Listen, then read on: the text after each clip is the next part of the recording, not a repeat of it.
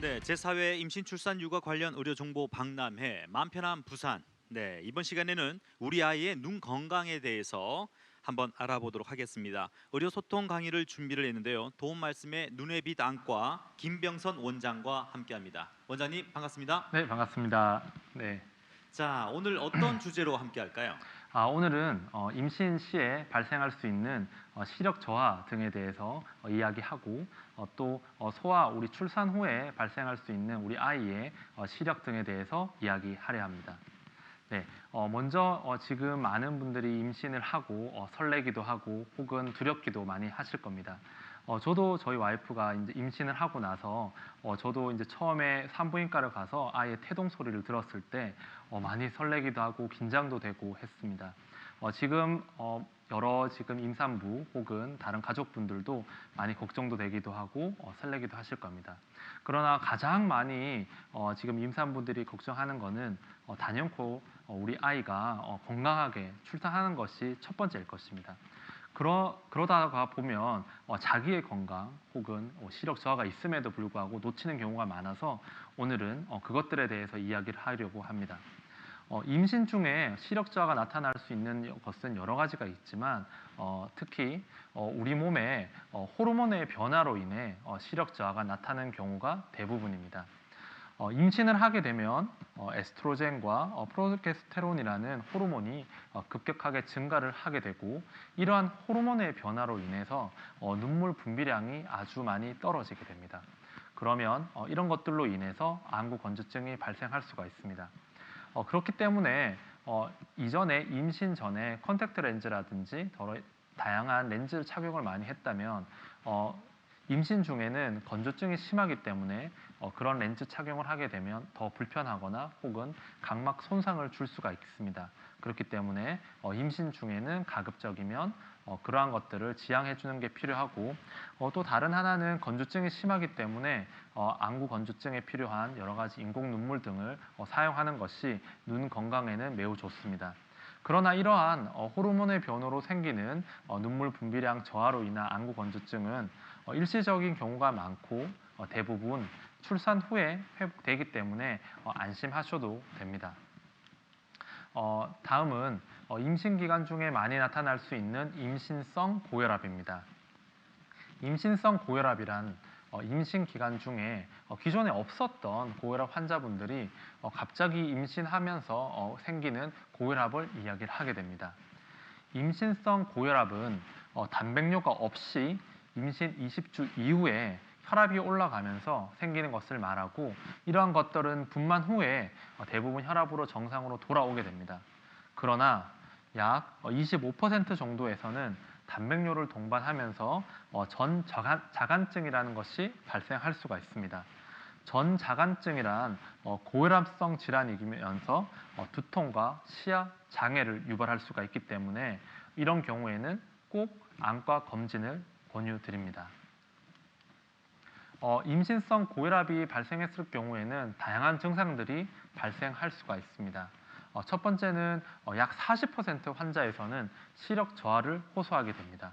특히 이렇게 시력 저하를 호소하는 환자분에서는 망막 이상을 동반할 수가 있습니다. 망막 이상 중에서 가장 흔한 소견은 망막 혈관의 연축, 그리고 망막 혈관의 가늘어짐입니다. 이러한 것은 어떤 것을 의미를 하냐면 지금과 같은 이 세 가지의 사진은 안저 사진입니다. 안저란 것은 어떤 것이냐면 카메라로 따지면 필름에 해당하는 부분입니다. 지금 여기서 보이는 되게 동그랗게 보이고 노랗게 보이는 부분을 우리는 시신경이라고 부르게 되고 여기 빨갛게 보이는 이렇게 선 같은 것들은 우리 눈의 혈관입니다. 우리 몸에서 유일하게 볼 수 있는 혈관은 눈밖에 없습니다. 다른 곳에 머리라든지 다른 쪽에 있는 혈관을 보려면 MRI를 촬영을 한다거나 다른 혈관을 볼 수 있는 특수 장비를 이용해야 되지만 우리 안과에서는 안저를 찍어서 실제 혈관이 어떤지를 볼 수가 있습니다. 그러면 이렇게 혈관들을 보게 되면 우리 몸의 다른 혈관들도 어떻다고 예측을 할 수가 있게 됩니다. 지금과 같이 정상 안저는 동맥이 조금 가늘고 지금 빨갛게 짙게 보이는 정맥을 이렇게 볼 수가 있는 게 정상적인 소견이 되고 중간에 약간 어둡게 보이는 부분을 황반이라고 합니다. 황반은 보통 우리가 황반 변성 등의 노인성 질환으로 알려진 것으로 많이 알려져 있고, 지금과 같은 것은 정상적인 안저 소견입니다. 그러나 고혈압이 발생하게 되면 혈관 질환이기 때문에 다음과 같이 혈관의 구불거림을 볼 수가 있게 되고, 위의 정상 안저와 다르게 되게 많이 가늘어진 소견을 볼 수가 있습니다. 이러한 고혈압성 질환이 많이 심해지게 되면 오른쪽과 같이 심각한 질환을 유발할 수가 있습니다. 지금 여기에서는 위의 사진과 다르게 시신경이 많이 부어 있으면서 되게 붉게 빛나고 있습니다. 그리고 혈관 자체가 되게 구불거림에 너무 심해지다 보니 혈관이 막 터지게 됩니다. 그리고 이런 혈관이 터지다 못해 하얗게 변하는 여러 가지 면화반이라는 것이 생기게 되고, 위의 사진과 다르게 약간 하얗게 보이는 황반 주변부를 볼 수가 있게 됩니다. 이렇게 하얗게 보이는 것은 이 안저 안쪽에 물 같은 것들이 차기 때문입니다. 그러면 이렇게 생기는 이런 증상이 나타난다면 시력이 급격하게 떨어집니다. 그리고 이렇게 급격하게 떨어진 고혈압성 망막병증은 영구적인 시력 저하를 나타낼 수가 있기 때문에 고혈압성 질환을 진단을 받았다면 꼭 안과 검사를 권유를 드립니다. 임신성 고혈압 환자에서 다양한 증상들이 나타날 수가 있습니다. 다음과 같이 시력 저하가 나타날 수가 있으며 신경학적 이상이 발생할 수도 있습니다. 특히 두통, 혼동, 복시, 시력 소실, 마비 등의 신경학적 증상이 나타날 수가 있으며, 특히 6번 뇌신경 마비로 인해서 복시가 나타날 수가 있습니다. 그렇기 때문에 임신성 고혈압 환자에서 사물이 두 개로 보인다든지 조금 보는 게 좀 이상하다 하면 꼭 안과 검진을 해야 되며, 동시에 신경과 검진도 같이 해야 됩니다. 이러한 뇌신경 마비로 인한 복시는 보통 혈관 연축에 의한 마비이기 때문에 꼭 혈액학적 검사를 해봐야 합니다. 이러한 임신성 고혈압 환자에는 많이 도움이 되는 것들이 비타민 C, 비타민 E 등의 항산화제 등의 복용이 매우 중요합니다. 그렇기 때문에 임신을 하고 고혈압이 있다면 항산화제인 비타민 C를 섭취를 권유를 드리고, 특히 이러한 것들은 어떠한 약물을 복용하기보다는 신선한 채소, 과일들을 복용하는 게 실제 우리 몸에 흡수되는 비율이 훨씬 높습니다. 그렇기 때문에 임산부께서는 꼭 이러한 신선한 채소, 과일, 야채 등을 많이 복용하는 것을 권고드립니다. 동시에 시력 저하가 있다면 안과 전문의와 상의가 꼭 필요합니다. 다음은 되게 드물긴 하지만 초산부라든지 경산부에 모두 나타날 수 있는 중심 장액 맥락 망막 병증입니다. 이 질환은 대부분 아마 처음 들어보셨을 겁니다. 이거는 지금 보는 이 사진은 안구 광학 단층 촬영입니다. 쉽게 얘기하면 우리 눈을 CT 촬영을 하는 게 됩니다. 아까 앞에서 봤던 황반부, 그 부분을 CT 촬영을 하면 정상적인 구조는 아래와 같은 구조가 됩니다. 아래쪽에 오목하게 들어가 있는 이런 모양이 초점을 맞춰주는 황반부의 정상적인 구조인데, 그렇지 않고 아래쪽에 까맣게 보이는 것 같이 이렇게 물이 차는 증상들이 나타날 수가 있는데, 이러한 호르몬의 변화로 인해 황반부 아래쪽에 물이 차는 질환을 중심장애 맥락망막 병증입니다. 이러한 중심장애 맥락망막 병증이 생기게 되면 사물이 굴곡져 보이면서 시력이 저하가 되게 됩니다. 그러면 이렇게 생긴 질환을 보면 처음에는 되게 놀랄 수 있지만, 대부분의 경우에 분만 후 한 3개월에서 6개월 사이에는 대부분 호전되는 경우가 많기 때문에 미리 걱정하거나 두려워하거나 하실 필요는 없습니다. 다음은 임산부 환자분 중에 한 100명 중에 5명 중에 5명 정도 발생할 수 있는 임신성 당뇨에 대한 내용입니다. 임신성 당뇨 환자분들 중에서 간혹 당뇨병성 망막병증이 나타날 수가 있고, 이런 것들은 시력 저하를 유발할 수가 있습니다. 임신을 하게 되면 아까 앞에서 말했다시피 태반에서 에스트로겐과 프로게스테론이 여성 호르몬 분비가 아주 급격하게 증가를 하게 됩니다. 이러한 여성 호르몬의 증가는 췌장에서 분비하는 인슐린의 역할을 되게 악화가 시키게 됩니다. 이러한 인슐린의 악화로 인해서 임신성 당뇨가 발생하게 되고, 이러한 임신성 당뇨로 인해서 혈액순환 자체에 이상이 오게 됩니다. 그러면 이러한 혈액순환 이상으로 망막 혈관계에도 동시에 이상을 유발하게 되고, 이런 걸로 인해서 임산부 당뇨 망막병증이 발생합니다. 그러나 임신으로 생기는 당뇨 망막병증 혹은 임신으로 인한 당뇨는 아까 에스트로겐과 프로게스테론이 태반에서 분비했다고 했기 때문에 분만 시에 태반이 떨어져 나간다면 임신성 당뇨도 원칙적으로는 사라지게 됩니다. 그러나 임신성 당뇨가 있었던 산모에서 다시 당뇨가 생기거나 다음 임신 시에 당뇨가 재발할 확률이 높기 때문에 꼭 정기적인 검진이 필요합니다. 임신성 당뇨로 인한 당뇨 망막병증은 급격한 시력을 유발하거나 임신 후에 당뇨가 다시 생김으로 인해 당뇨 망막병증이 생긴다면 아주 심한 시력 저하를 유발할 수가 있습니다. 그렇기 때문에 임신성 당뇨를 진단을 받았다면 필히 안과 전문의와 상의를 꼭 해야 합니다. 다음 그림은 임신 당뇨 망막병증이 어떻게 생기는지 간략한 그림입니다. 지금 왼쪽에 보이는 그림은 정상적인 안구의 모양입니다. 보통 우리가 시력을 결정하는 것은 총 3가지가 있습니다. 보통 얘기하는 각막, 수정체, 망막입니다. 각막은 흔히 우리가 알고 있는 라식이나 라섹과 같이 그런 수술을 하는 곳이 각막, 눈 앞쪽의 창문이라고 생각하시면 됩니다. 그리고 중간 부분에 하얗게 보이는 부분이 수정체, 우리 카메라로 따지면 렌즈에 해당하는 곳입니다. 보통 백내장이 왔다든지 노안이 왔다든지 하는 곳이 바로 저 수정체에 문제가 생기는 것을 이야기를 합니다. 그리고 지금 얘기하고 있는 안저 혹은 망막병증에 대한 이야기는 가장 뒤쪽에 있는 혈관이 있는 이 부분, 카메라로 따지면 필름에 해당하는 부분입니다. 우리 눈에서 심장에서 혈액이 오게 되면 눈 뒤쪽을 통해서 따라서 혈관이 오게 되고 망막 쪽에 이렇게 정상적인 혈관이 공급을 하게 됩니다. 그러나 당뇨 망막병증이라든지 여러 가지 혈관 관계에 문제가 생기게 된다면 눈에서 아주 작은 혈관, 머리카락보다 가늘다고 알려진 이런 혈관들이 막히거나 출혈이 생기거나 할 수가 있습니다. 그렇다면 이렇게 생기는 부분들이 문제를 일으키는 것을 당뇨 망막병증 혹은 망막병증이라고 하게 됩니다.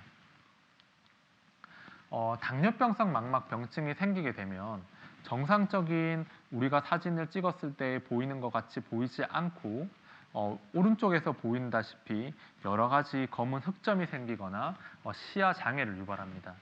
아까 앞에서 말했던 시신경, 혈관, 황반부에 있는 이 부분들이 문제가 생기게 되고 아주 아까 앞에서 봤던 미세 출혈이 생기는 뿐만 아니라 이것들이 혈관이 견디지 못하면 심장에서는 일정한 혈류를 짜주지만 이 혈관들이 그걸 견디지 못하면 피가 쏟아져 나오게 됩니다. 그렇게 되면 아주 시력 저하를 유발하게 되고 심지어는 실명으로 진행하는 경우도 있습니다. 그래서 지금 이 사진이 당뇨 망막병증 환자의 전형적인 사진입니다.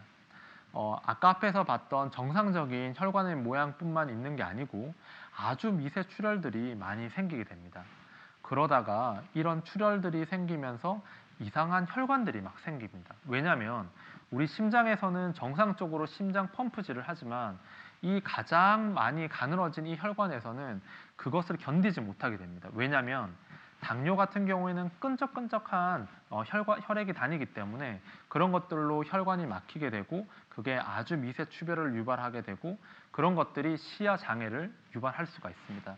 그렇기 때문에 당뇨 망막병증을 진단을 받기 전이라도 임신성 당뇨 혹은 당뇨 질환을 앓고 있다면 필히 안과 검진을 해야 합니다. 특히 임신 전부터 당뇨 망막병증을 앓고 있는 환자의 경우에는 임신으로 인해서 당뇨 망막병증이 급격하게 악화가 될 수가 더 있습니다. 그렇기 때문에 임신 전, 임신 중, 임신 후에는 꼭 안과 검진을 해야 하며, 그 당시에 만약에 이 당시에 임신 중에 당뇨 망막병증이 급격하게 진행을 했다면 임신 중이라도 바로 치료를 받아야 합니다.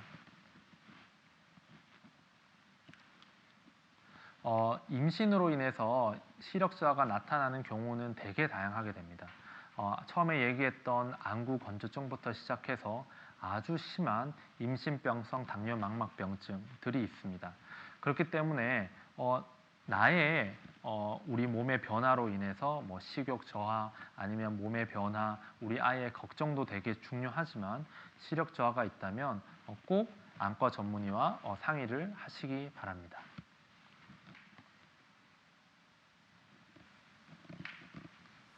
네, 어떻게 그 유익한 시간이었습니까, 여러분? 네. 질문들이 몇 가지 있어서 질문을 조금 함께 좀 들어보도록 하겠습니다. 우선 그 아이의 시력 검사 그 시기가 있는데요. 이걸 놓쳐서 아이들이 시력이 급격히 내려가는 경우도 있고, 아니면 부모님이 모르고 넘어가는 경우도 있거든요. 예, 시력 검사 언제 적당하고 언제 하는 게 좋습니까? 네, 시력 검사는 보통 영유아 검진에 포함되어 있긴 합니다. 시력 검사는 보통 만 3세 시기에 꼭 해야 하며, 그 전에 우리 아이가 예를 들면 사물을 보는데 너무 가까이서 본다든지 아니면 눈 깜빡임이 너무 심하다든지 한다면 필히 안과 검진을 해야 합니다.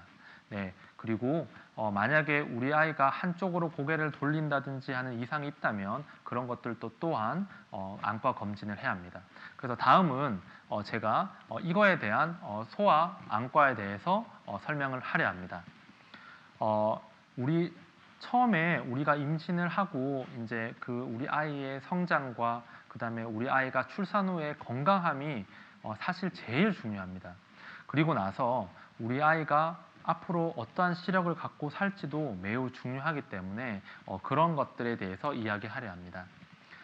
가장 많이 걱정되는 이제 우리 아이의 건강 눈의 문제는 바로 사시입니다. 왜냐하면 이 사시는 여러 가지 우리 아이의 발달과 그 다음에 정신적인 것들에도 많이 영향을 주게 됩니다. 먼저 사시란 양쪽 눈이 서로 다른 방향으로 돌아간 상태를 이야기합니다. 눈이 돌아간 정도가 되게 큰 경우에는 그 정도를 쉽게 알아챌 수가 있지만, 아주 사시 정도가 작거나 혹은 간헐적인 경우에는 알아채기가 매우 힘듭니다. 사시의 원인은 다양하게 알려져 있습니다. 먼저 굴절 이상, 약시, 그 다음에 눈 근육의 근육 및 신경의 이상, 유전 질환, 저체중 출생, 조상 등과 되게 관련되어 있다고 알려져 있지만 아직까지는 정확한 원인은 알려져 있지 않습니다.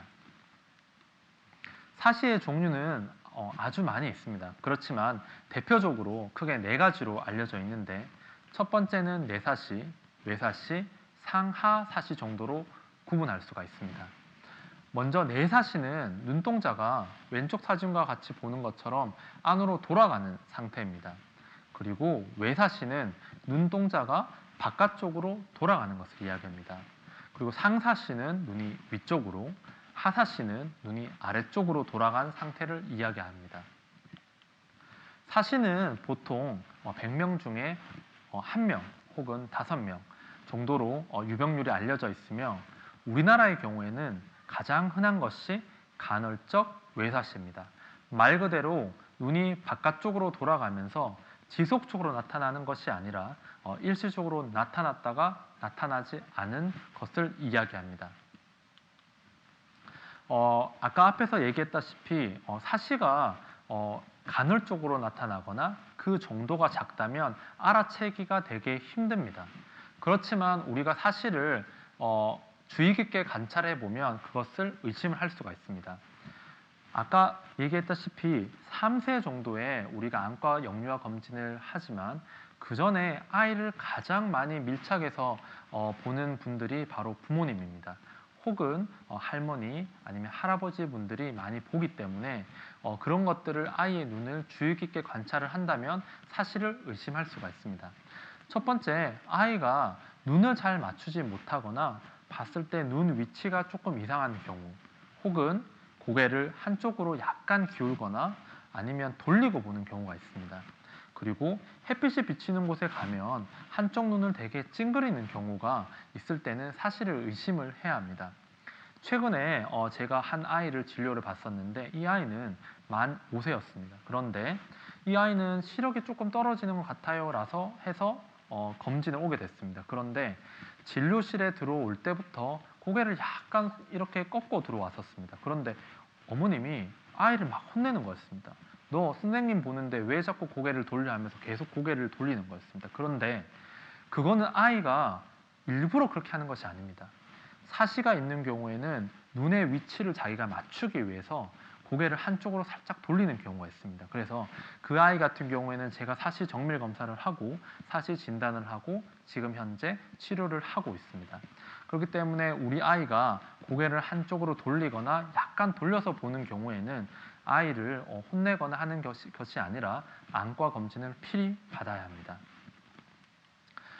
다음은 아까 앞에서 얘기했다시피 100명 중에 5명 정도가 사실을 가지고 있지만 반대로 얘기하면 100명 중에 95명에서 99명은 정상입니다. 그런데 간혹 보면 우리 아이가 사시가 있어요 라고 되게 걱정하면서 오는 경우가 있습니다. 그렇지만 우리나라 아이들은 코 주변에 피부가 눈동자를 덮는 경우가 많이 있습니다. 그리고 우리나라 아이 같은 경우에는 대부분 코가 좀 낮은 경우가 많습니다. 그래서 실제로는 위의 사진과 같이 보듯이 사시가 있는 것처럼 눈이 안쪽으로 몰려 있는 경우가 많지만 실제로 콧대를 모아주거나 눈 안쪽 피부를 안쪽으로 당기게 되면 눈이 정상적인 위치인 경우가 많습니다. 그렇기 때문에 우리 아이가 사시가 있다고 해서 너무 걱정하지 말고 대부분의 경우에는 사시가 아니기 때문에 안과 검진을 받고 그 이후에 정확한 진단을 받는 것이 매우 중요합니다. 사시는 사시가 생겼을 경우에는 다양한 문제가 생길 수가 있습니다. 첫 번째, 사시를 치료하는 원인은 시력입니다. 아까 앞에서 얘기했다시피 눈이 정상적인 위치가 아니고 한쪽으로 빠지거나 아니면 안쪽으로 몰리기 때문에 정상적인 사물을 보지 않게 됩니다. 그러면 두 눈 중에 한 눈만 정상적인 사물을 보게 되고 한 눈은 보지 않게 되면 이 다른 한 눈이 정상적으로 사물을 보지 않는 눈이 시력 발달이 많이 떨어지게 됩니다. 그러면 한 눈만 정상적인 시력이 되고 한 눈은 정상적인 시력이 되지 않는 것을 한쪽 눈의 시력이 떨어지는 것을 약시라고 하게 되고 이 두 눈이 정상적인 시력 발달하지 못하면 입체시가 떨어지게 됩니다. 그렇기 때문에 사시가 가장 중요한 원인은 시력 발달과 양아시 혹은 입체시 발달이 매우 중요하게 됩니다. 또 다른 하나는 사시가 있게 되면 미용적으로 좋지 않습니다. 예전에는 사시 수술을 하는 시기가 정확하게 정해지진 않았지만 최근에 논문에서는 이러한 사시로 인해서 미용학적 문제 때문에 아이가 놀림을 받거나 하면 정신과적 문제가 생길 수가 있기 때문에 보통은 만 7세 전에 수술적 치료를 해서 눈 위치를 정상으로 맞추기를 권고드리고 있습니다. 그렇기 때문에 우리 아이가 사시가 있다고 하면 반드시 안과 검진을 통해서 적절한 치료를 받아야 합니다. 그래서 우리 눈의 사시를 조기에 발견을 하고 시력이나 양아시가 떨어지지 않도록 안과 검진을 필히 해야 합니다. 네. 자, 정말 그 많은 정보들을 이렇게 전달한다는 건 어려운 건데 네. 오늘 얘기 들어보니까 진짜 그 아이를 키우고 있는 분들 그리고 임신 중에 조금 눈이 좀 불편한데 하시는 분들에게는 좋은 팁이 되지 않았나라는 생각이 듭니다. 그 아이들 같은 경우에는 눈에 이렇게 점이 있는 경우가 있다라는 얘기를 들어봤어요. 네. 그래서 흰 눈동자에 까만 눈동자처럼 하나가 더 찍혀 있어서 이걸 뺄 수가 있나요? 아니면 놔두면 없어지나요? 이렇게 질문들이 있는데 그건 어떻게 보십니까? 네, 우리가 이제 그것을 보통 결막 모반이라고 하는 질환입니다. 대부분의 경우에는 아이에게 생기는 경우는 사실 드물긴 합니다. 보통은 이제 성인이 되어서 자외선을 많이 받거나 이제 그렇게 되면 나이가 들면서 생기는 경우가 많지만 아이에게도 간혹 생기는 경우가 있고 혹은 아이 같은 경우에는 우리 눈에 공막이라는 부분이 되게 얇아져 있어 그게 이제 비치는 경우가 있습니다. 대부분의 경우에는 성장을 하면서 그게 없어지는 경우가 있고 결막 모반의 경우에는 간단한 시술로 통해서 사실 없앨 수도 있습니다.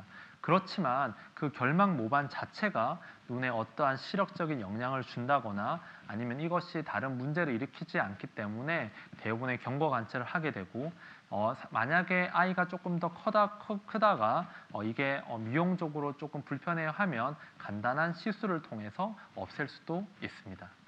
네. 그리고 우리 아이들이 이제 눈이 나빠졌는지 아니면은 이게 눈을 찡그리고 있어가지고 아 이게 시력이 떨어졌나? 그런데 어느 날 보니까 또 괜찮은 것 같기도 하고 여러 가지 변수가 있단 말이죠. 그럼 아이들의 시력을 집에서 테스트할 수는 없지만 의심을 할 수는 있지 않습니까? 네, 네, 어떨 맞습니다. 때 의심을 하면 네, 좋을까요? 우리가 사실 이게 아주 중요한 얘기입니다. 사실 부모님들도 사실은 우리 아이의 시력을 간과하는 경우가 많습니다. 왜냐하면 예를 들면 부모님 둘 다 시력이 되게 좋은 경우에는 내가 시력이 나빠하고 있는 경험이 없기 때문에 우리 아이가 시력이 나빠질 거라고 생각 안 하는 경우도 많습니다. 그렇지만 우리 아이가 예를 들어 TV를 보는데 너무 가까이서 보려고 한다거나 아니면 멀리 있는 사물을 보면서 이거를 가지고 오라고 하는데 잘 인지를 못하거나 아니면 야외에 나가서 어떤 사물을 볼 때 그것을 잘 못 알아볼 경우에는 안과 검진이 필요합니다. 또한 어머님들이 사실 제일 걱정하는 부분이 뭐냐면 우리 아이가 혹시나 시력이 점점 떨어지는데 원인이 뭘까요? 그리고 언제 많이 떨어질까요? 혹은 언제 검사를 해야 될까요? 얼마나 자주 검사해야 할까요?입니다. 첫 번째, 아직까지 현재는 근시가 진행하는 정확한 원인은 알려져 있지 않습니다. 그렇지만 아시아, 특히 우리나라 혹은 필리핀 같은 경우에 근시 유병률이 아주 굉장히 높습니다. 그러면 그런 거에 대한 여러 가지 연구에서는 근거리를 많이 볼 경우에는 실제로 근시가 조금 발달할 수 있다라는 보고도 있습니다. 특히 우리나라 같은 경우에는 다른 나라에 비해서 사실은 아이들이 야외 활동하기보다는 어머님들이 책을 많이 읽힌다든지 아니면 어릴 때부터 사실 공부를 많이 한다고 많이 앉아 있는 경우가 많습니다. 그리고 요즘은 유튜브라든지 아니면 또 여러 가지 영상에 노출되는 경우가 많아서 아이들이 그거를 본다면 근거리를 너무 많이 보게 되면 눈 안구 자체가 약간 길어지면서 근시가 발달한다고 알려져 있습니다. 그렇기 때문에 우리 아이들이 만약에 어쩔 수 없이 가까운 곳을 많이 보게 된다면 야외에 좀 데리고 나가서 좀 멀리 거를 좀 자주 보게 한다든지 아니면 집에서 예를 들면 책을 읽고 있다가도 한 30분 정도 책을 읽거나 한 15분 정도 책을 읽다가 창문을 데리고 나가서 저기에 있는 게 뭐가 있을까? 혹은 차가 지나가는데 저거는 어떤 차일까? 아니면 산을 보면서 저기에는 어떤 것들이 있을까라고 하는 것들이 아이의 다양한 시력 발달에 좀 도움이 줄 수가 있습니다. 또한 근시 같은 경우에는 보통 초등학교 한 3, 4학년 때 많이 진행을 한다고 알려져 있습니다. 우리가 키가 크듯이 눈도 크는 근시가 이제 발달한다고 보통은 알려져 있는데 그렇다고 근시가 있다고 어머님들이 많이 걱정을 하시는 경우가 많은데 근시 자체는 사실은 문제가 되진 않습니다. 우리가 보통 얘기하는 키가 작은 사람이 있고 키가 큰 사람이 있는데 키가 작다고 사실은 그 사람이 병이 있거나 아니면 키가 크다고 해서 그 사람이 병이 있는 게 아닙니다. 마찬가지로 근시 자체는 우리가 눈의 모양이 축구공처럼 약간 동그란 게 아니고 약간 럭비공처럼 좀 길어져 있는 경우를 사실 근시라고 합니다. 그렇기 때문에 적절한 시력 검사와 안경 착용을 한다면 우리 아이의 눈 건강에는 사실 크게 문제는 없습니다. 그렇지만 이제 어쨌든 근시가 있게 되면 추후에 성인이 되어서 다른 안과적 질환을 유발할 수가 있기 때문에 미리 검진을 해서 적절한 하는 게 좋고 보통 만 3세 때 영유아 검진 후에는 한 1년에 한 번 정도는 검진을 하는 게 좋습니다.